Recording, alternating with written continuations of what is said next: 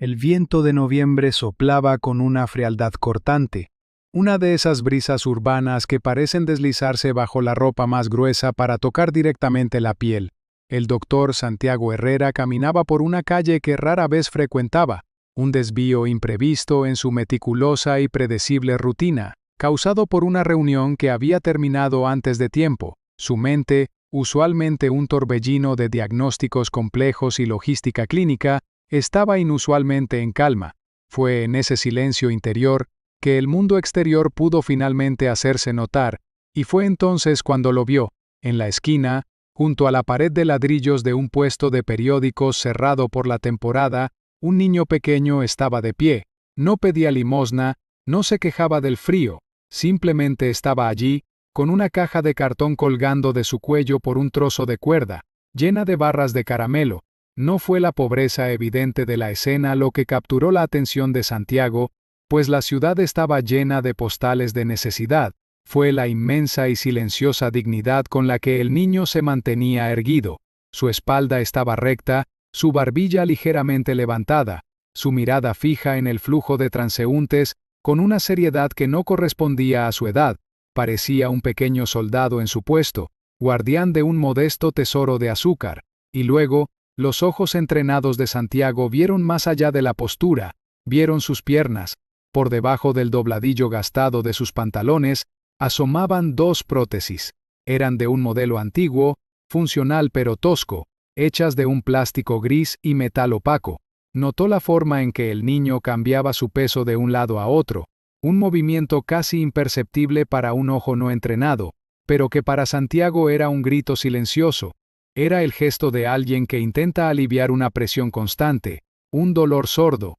A cada ligero balanceo, una microexpresión de incomodidad atravesaba el rostro del niño, tan rápido como un parpadeo, una máscara de estoicismo que luchaba por no resquebrajarse. Santiago se acercó, no con la lástima condescendiente de un transeúnte adinerado, sino con el respeto de un profesional que reconoce a un luchador. Se detuvo frente al niño, y la diferencia entre ambos mundos fue palpable. El abrigo de cachemira de Santiago contra la delgada chaqueta del niño, los zapatos de cuero italiano del doctor contra las zapatillas gastadas que cubrían los pies protésicos. «¿Qué tal el negocio?», preguntó Santiago, su voz suave para no romper la burbuja de concentración del niño. El pequeño, que no tendría más de 10 años, levantó la vista. Sus ojos eran de un color avellana profundo, y en ellos había una seriedad que lo hacía parecer mucho mayor. «Tranquilo», respondió, su voz clara y una sonrisa amable. «Te compraré toda la caja». Los ojos del niño se abrieron con genuina sorpresa por un instante, pero rápidamente la enmascaró con una formalidad casi adulta. Sacó las barras de caramelo una por una, contándolas con cuidado. «Son 12, serían $24. Santiago le entregó un billete de 50. «Quédate con el cambio. Una inversión para tu próximo inventario». El niño miró el billete, luego a Santiago, y por primera vez, una pizca de duda cruzó su rostro.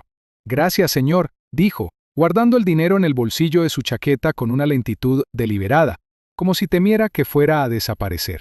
Santiago intentó usar la apertura para saber más. «¿No deberías estar en la escuela a esta hora?» «Voy por la mañana», respondió el niño, su guardia subiendo de nuevo. «¿Y tus padres? ¿Saben que estás aquí?»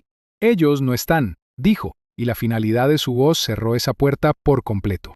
Cada pregunta de Santiago era recibida con una respuesta educada pero evasiva. Era un pequeño castillo de orgullo, con murallas altas y un foso profundo. Santiago finalmente se dio por vencido. «Bueno, que tengas un buen día», dijo. El niño asintió una vez más, el pequeño y serio soldado. Mientras se alejaba, Santiago no podía quitarse la imagen de la cabeza. La forma en que el cuerpo de ese niño luchaba contra el dolor de unas prótesis que claramente ya no le servían. La forma en que su espíritu se negaba a pedir ayuda. Había una historia allí, una herida mucho más profunda que las llagas que seguramente se estaban formando en sus muñones. Esa tarde, en su impecable oficina con vistas a la ciudad, no pudo concentrarse. Los informes sobre los rendimientos de la fundación que dirigía le parecían triviales. La imagen de aquel niño era más urgente. Hizo una llamada, no a un corredor de bolsa, sino a un investigador privado que a veces usaba para casos delicados de sus pacientes. un hombre cuya discreción era su mayor activo. Hay un niño, se llama Mateo. Vende caramelos en la esquina de la calle Elm con la Tercera Avenida. Quiero saberlo todo, pero con gentileza, no quiero que se sienta observado. La información llegó al día siguiente, y era más desoladora de lo que había imaginado. Mateo vivía con su hermana mayor, Sofía, de 19 años, en un diminuto apartamento en un barrio obrero al otro lado de la ciudad. Sus padres habían muerto en un accidente de tráfico 2 años atrás. Sin más familia conocida en la ciudad, Sofía, apenas una adulta ella misma, se había convertido en la tutora legal de su hermano. La palabra huérfanos resonó en la mente de Santiago con un peso abrumador. Armado con esta dolorosa información, Santiago supo que no podía no hacer nada. No era una opción. Esa misma tarde, condujo su discreto auto hasta el edificio de apartamentos de ladrillo rojo. Subió 3 tramos de escaleras que olían cualquier excusa que pudiera servir para abrir una puerta, tocó el número 3B, la puerta se abrió y una joven de ojos cansados pero desafiantes apareció. Era Sofía. Llevaba un suéter desgastado y tenía manchas de pintura en los dedos. Su mirada recorrió a Santiago de arriba abajo, deteniéndose en su traje perfectamente cortado, su reloj caro, su apariencia de un mundo al que ella claramente no pertenecía. La expresión de Sofía, ya dura, se convirtió en una máscara de hielo. «Soy el doctor Santiago Herrera», comenzó él con amabilidad. «Conocí a su hermano Mateo hoy, y me gustaría ofrecerle una consulta gratuita para sus piernas. Creo que puedo ayudarlo». El rostro de Sofía se contrajo en una mueca de desprecio. «¿Ah, sí? ¿El millonario Salvador viene al barrio pobre a repartir milagros?», sisió, su voz cargada de un veneno amargo. «No necesitamos su lástima ni su caridad, nos las arreglamos solos».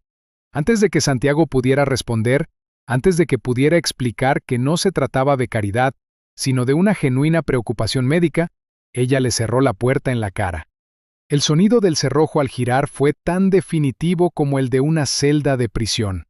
Santiago se quedó allí, en el pasillo oscuro, mirando la pintura descascarada de la puerta.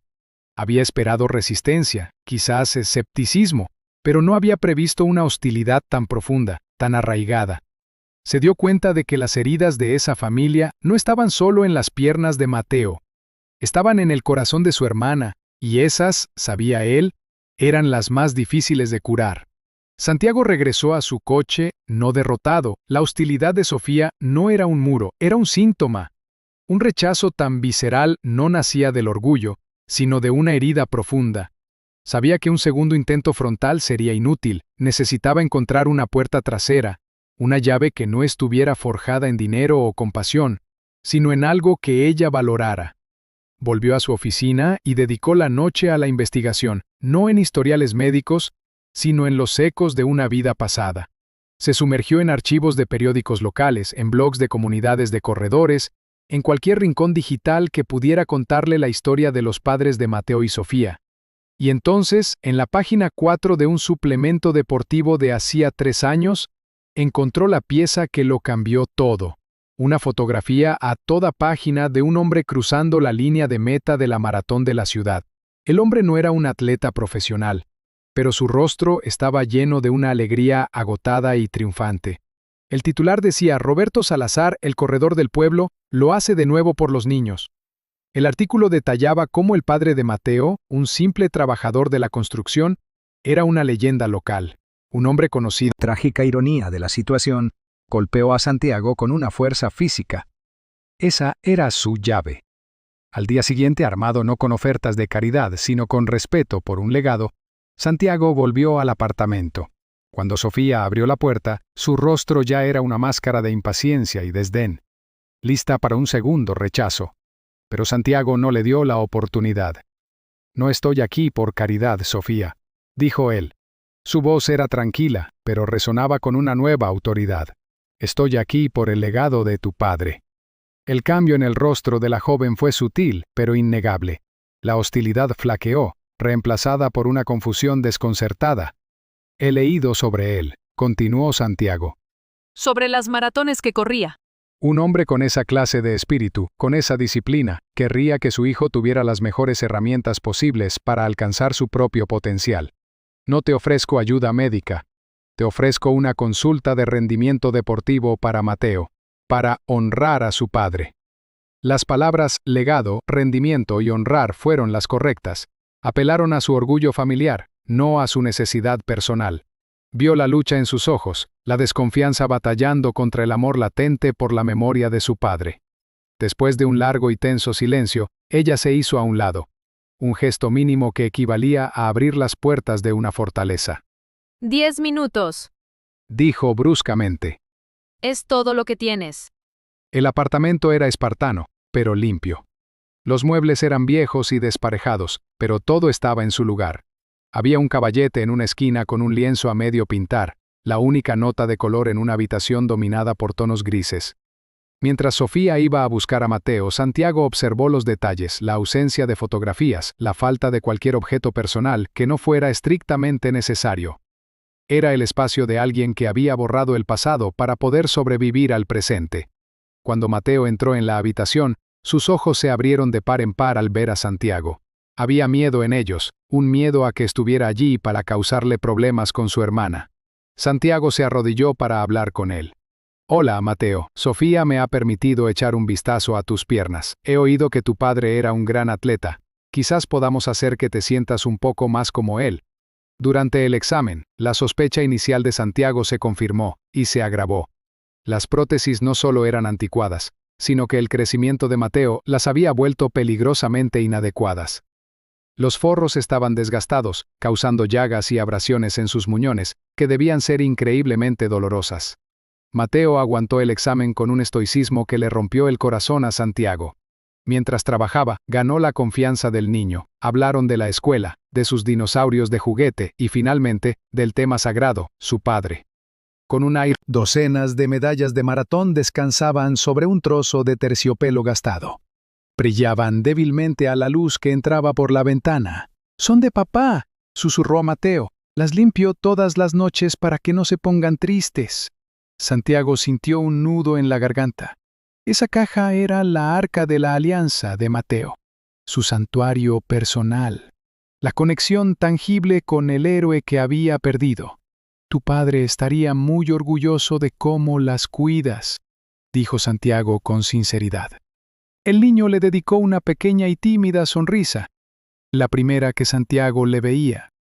Más tarde, con Mateo distraído en su habitación, Santiago se sentó en la pequeña mesa de la cocina frente a Sofía.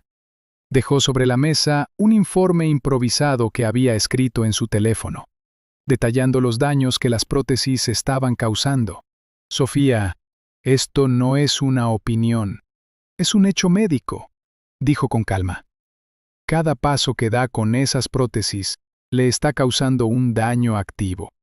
Las llagas podrían infectarse. Está sufriendo innecesariamente». Luego la miró directamente a los ojos. «¿Por qué?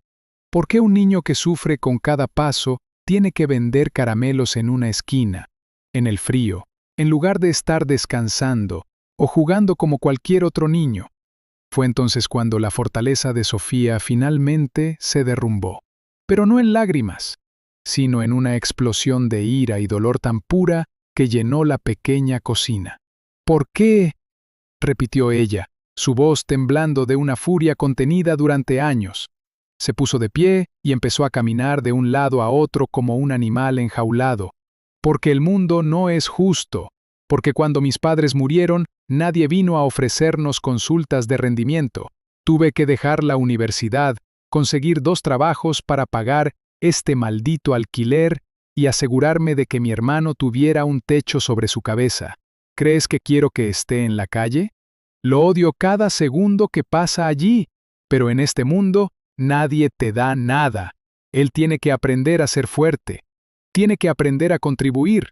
No somos sus proyectos de caridad, no quiero su lástima». Cada palabra era un golpe, una confesión de su desesperación, de su filosofía de supervivencia forjada en el fuego de la tragedia. Había empujado a su hermano al dolor físico para intentar protegerlo de un dolor emocional mayor, el dolor de la dependencia, de la debilidad. Santiago la escuchó sin interrumpir, dejando que el veneno saliera, y en su diatriba vio el dilema con una claridad cristalina. Tenía una elección. Podía hacer una llamada a los servicios sociales. Sería el camino lógico y fácil. Un informe médico sobre las llagas y una confesión De la ira de Sofía, la guardiana herida, y tratar la desesperación que la alimentaba. Podía intentar salvarla a ella también. Santiago se levantó y se acercó a ella. Sofía retrocedió, esperando una reprimenda, un juicio. Pero los ojos de Santiago no contenían nada de eso. «No creo que seas una mala persona, Sofía», dijo él. Su voz era tan suave que apenas era un susurro. «Creo que tienes tanto dolor como él. Y creo que eres increíblemente fuerte por haber aguantado todo esto sola». Sofía lo miró, completamente desarmada. La empatía era un idioma que no esperaba oír. «No estoy aquí como un médico que ve un problema que arreglar», continuó él. «Estoy aquí como alguien que entiende que a veces las cargas son demasiado pesadas para llevarlas solo. Déjame ayudarte. A los dos. No como tu salvador, como tu aliado». Las palabras de Santiago, cargadas de una empatía que ella no había sentido en 2 años, fueron la llave que finalmente abrió las compuertas. Sofía, la joven dura y amargada que se enfrentaba al mundo, se derrumbó. Se sentó en una de las sillas de la cocina y lloró. Lloró por sus padres, por la universidad que abandonó, por el miedo constante a no ser suficiente para su hermano, por la soledad aplastante de su responsabilidad. Santiago no dijo nada. Simplemente esperó, dándole el espacio para liberar un dolor que había estado envenenándola desde dentro. Cuando las lágrimas finalmente cesaron, dejando tras de sí un silencio agotado, Santiago se hizo cargo. Con la eficiencia de un comandante y la delicadeza de un curador, organizó el futuro. Una semana después, Mateo y Sofía no estaban en su pequeño apartamento, sino en un avión privado rumbo a una de las instalaciones de biomecánica y rehabilitación más avanzadas de Alemania. Era un centro que combinaba la ingeniería de vanguardia con la terapia holística, un lugar que Santiago conocía bien y que financió íntegramente de su bolsillo. Le explicó a Sofía que no era caridad, sino una inversión en el potencial humano, un lenguaje que ella podía empezar a aceptar. Mientras un equipo de los mejores especialistas del mundo trabajaba en el cuerpo de Mateo, Santiago se dedicaba a la tarea más compleja: sanar el alma de la familia. Los ingenieros y médicos quedaron asombrados por el caso de Mateo. Le tomaron medidas, hicieron moldes, y comenzaron a construirle un par de prótesis que eran más una obra de arte tecnológico que un dispositivo médico. Pero Santiago pasaba la mayor parte de su tiempo con Sofía. Caminaban por los jardines serenos de la clínica. Hablaban durante horas, no como médico y tutora, sino como 2 personas que intentaban entender el dolor. Fue en una de esas conversaciones que Santiago finalmente tocó el núcleo de la herida de Sofía. Le preguntó por la caja de medallas. ¿Por qué las guardas si te causan tanto dolor? Y ella confesó. Su voz Estaba entrenando, se perdía cumpleaños, cenas. Siempre estaba corriendo. Sentía que corría para escapar de nosotros. Y cuando murió, fue en un accidente de coche, volviendo de un entrenamiento. Sentí que nos había abandonado por su obsesión. Y ahora Mateo, él adora esas medallas, adora la memoria de un hombre que en mi mente eligió correr antes que a su familia. Era una perspectiva torcida por el dolor de una niña que había perdido a su padre. Santiago la escuchó, y en lugar de corregirla, validó su sentimiento. Tenía que ser increíblemente difícil sentir eso, dijo. Solo después de que ella se sintiera comprendida, él abrió la carpeta que había traído consigo. No contenía historiales médicos, sino los recortes de periódicos que había desenterrado semanas atrás. Tu padre no corría para escapar de vosotros, Sofía. Corría por vosotros. Le mostró los artículos que ella nunca había visto. Las últimas 3 maratones que su padre había corrido no fueron por gloria personal. El dinero del premio, los fondos que recaudaba de patrocinadores locales, todo iba directamente a una fundación para niños con discapacidades físicas, una organización que ayudaba a familias que no podían permitirse equipos ortopédicos. Un artículo citaba a su padre diciendo: «Corro porque puedo, y corro para que algún día niños que no pueden tengan una oportunidad de hacerlo». La revelación golpeó a Sofía con la fuerza de una epifanía. Las lágrimas brotaron de sus ojos de nuevo, pero esta vez no eran de amargura. Eran de comprensión, de arrepentimiento, de un amor que finalmente se liberaba del resentimiento. Su padre no los había abandonado. Les había estado construyendo un legado de compasión, un legado que ella, en su dolor, no había podido ver. El clímax de la historia no fue silencioso ni introspectivo, fue ruidoso, lleno de esfuerzo y de alegría pura. Ocurrió una semana después, en la pista de atletismo cubierta de la instalación. Un equipo de médicos y técnicos rodeaba a Mateo. Le habían ajustado sus nuevas prótesis. No eran de plástico gris, sino de fibra de carbono negra y pulida, diseñadas como las que usan los atletas paralímpicos. Eran elegantes, ligeras, diseñadas no solo para caminar, sino para correr. De acuerdo, campeón, le dijo el técnico principal, vamos a dar un paseo. Mateo se puso de pie. Por primera vez, no hubo una mueca de dolor. Sus ojos se abrieron de par en par al sentir la ligereza, la ausencia de presión. Dio un paso, luego otro, con una torpeza nacida de la sorpresa más que de la dificultad. Santiago y Sofía observaban desde la línea de banda. Santiago todo el permiso que Mateo necesitaba.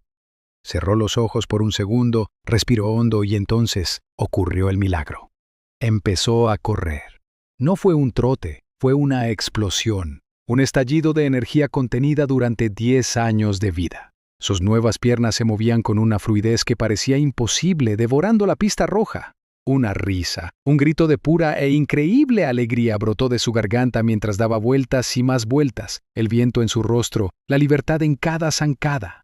Desde la grada, Sofía lo observaba, y el dique de su propio dolor finalmente se rompió por completo. Las lágrimas corrían libremente por sus mejillas, pero no eran las lágrimas amargas de la cocina. Eran lágrimas de felicidad, de alivio, de una catarsis tan profunda que la purificaba. Estaba viendo a su hermano volar y en su vuelo estaba viendo el verdadero legado de su padre, un legado no de abandono, sino de amor trascendente. La escena final no tiene lugar en Alemania, sino 6 meses después, en un parque soleado de su propia ciudad. Santiago no es una figura lejana, un benefactor. Se ha convertido en un mentor, un ancla, una figura casi paternal. Ha establecido un fondo fiduciario para garantizar la educación de ambos.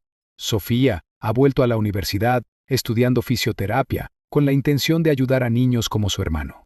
Y Mateo está en la línea de salida de una carrera de 100 metros para jóvenes atletas con discapacidad. Lleva un dorsal en el pecho y una mirada de concentración feroz en su rostro. Sofía está en la grada, gritando su nombre con un orgullo que ilumina toda la tribuna. Santiago está junto a ella, no como un doctor, sino como familia. Suena el disparo de salida. Mateo explota desde los tacos de salida, sus piernas de carbono moviéndose en una sinfonía de poder y gracia. No importa si gana o pierde. Mientras Santiago lo ve correr, libre y feliz, entiende la lección más profunda de todas.